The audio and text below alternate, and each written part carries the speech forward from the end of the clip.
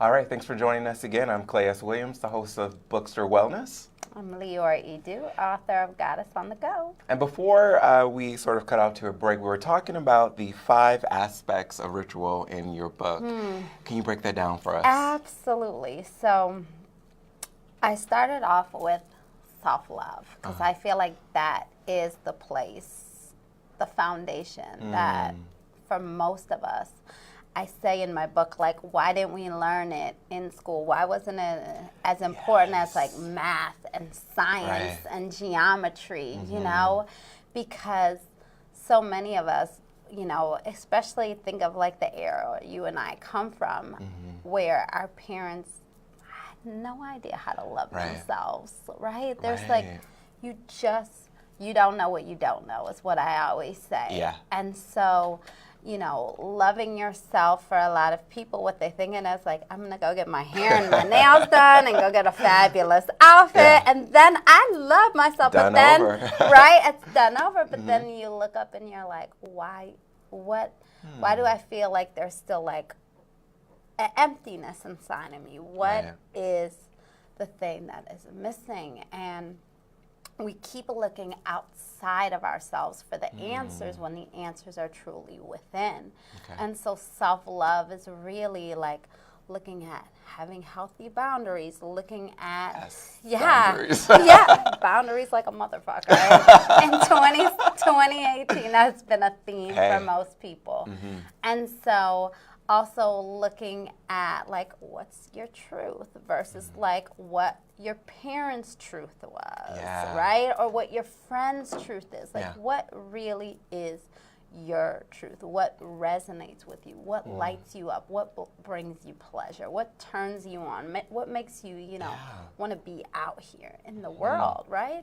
And self-love also can be like having moments where we're connected with our grief or our tears, you know, or our anger, but it's really learning about owning all layers of who we are and not like, well, I gotta suppress that part or I gotta be perfect, right? And so self-love is really full acceptance of who we are and then allowing others to see that and either like taking, you know, joining forces or maybe that, you know, we're not their cup of tea, but either way, we are fully our authentic selves when we're loving ourselves. And unapologetically. Unfucking apologetically. Yeah, totally. I love that, Leora. Yeah. Okay.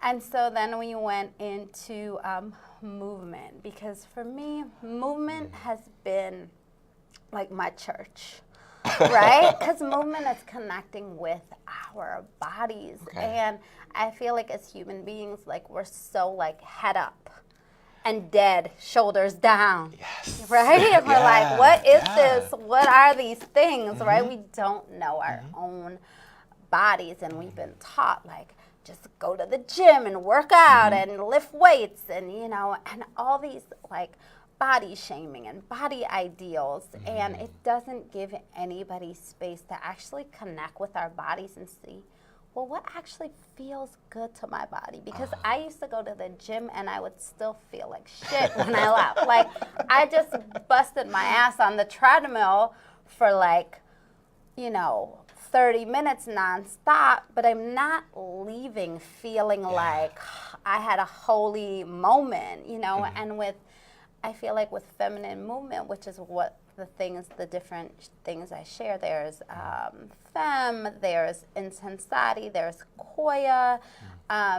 These movements are actually designed for a woman's body, because if you look at women's bodies, our bodies are made out of shapes and curves, and they're not linear. And so as women, that's the way we actually learn, is we learn like this.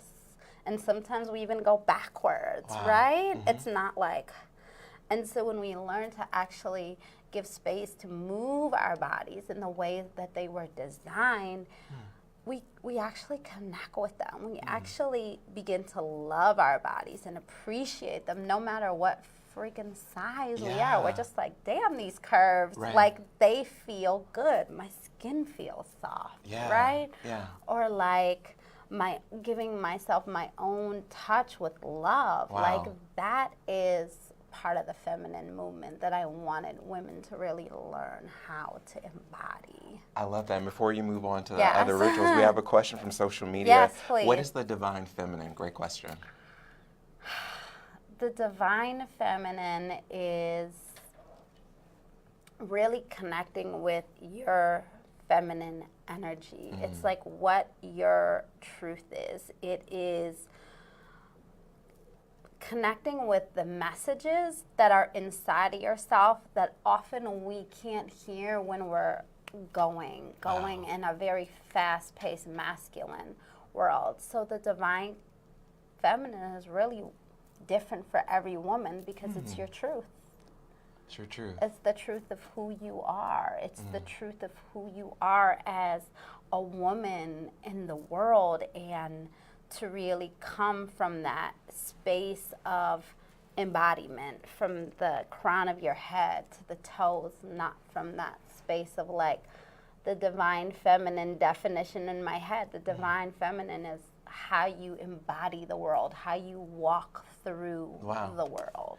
And it sounds so empowering. And what do you think would happen if every woman was able to tap into that space of nurturing and loving the divine feminine? I feel like it would heal a lot of the patriarchy. You know, I feel like women would not tear each other down. Women would have each other's back. We wouldn't say, you know, well, you know, because he is my, you know, white husband, that I'm going to vote for who he's voting for. And we would say, you know what, is that man, does he stand for, you know, the empowerment of women? Does he stand for the empowerment of all human beings on this planet, or is he just for him? You know, and so I think a lot of women, you know, we infuse healing a lot of times in our male partners, but if we're not speaking our truth, if we're just being silent and walking around in the world like, you know, things don't matter, you know, we're stuck. We're not progressing. So if a woman was in touch with her body and her truth, she would be like, hell no, that's not right. She would call that person out. Yeah. And we need a lot of calling out as you see the world that we're still living in 2018. Wow. So how does health, the next ritual, how does that? You got me all pumped up here. And this is what these conversations are all about. This is why your work is so empowering. Yeah, thank you. So health is so important, because if our bodies are clogged up from, you know, sugars and from, you know, eating foods that don't allow like our energy to flow through, a lot of times, you know, we're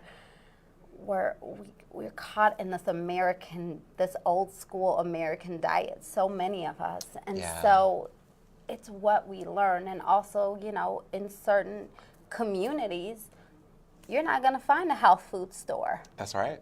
And it's fucked up, right? You're not going to find that. So I wanted to provide tools to people who might not have access to that, and to really learn your own body through health, because health is not eating a piece of grass.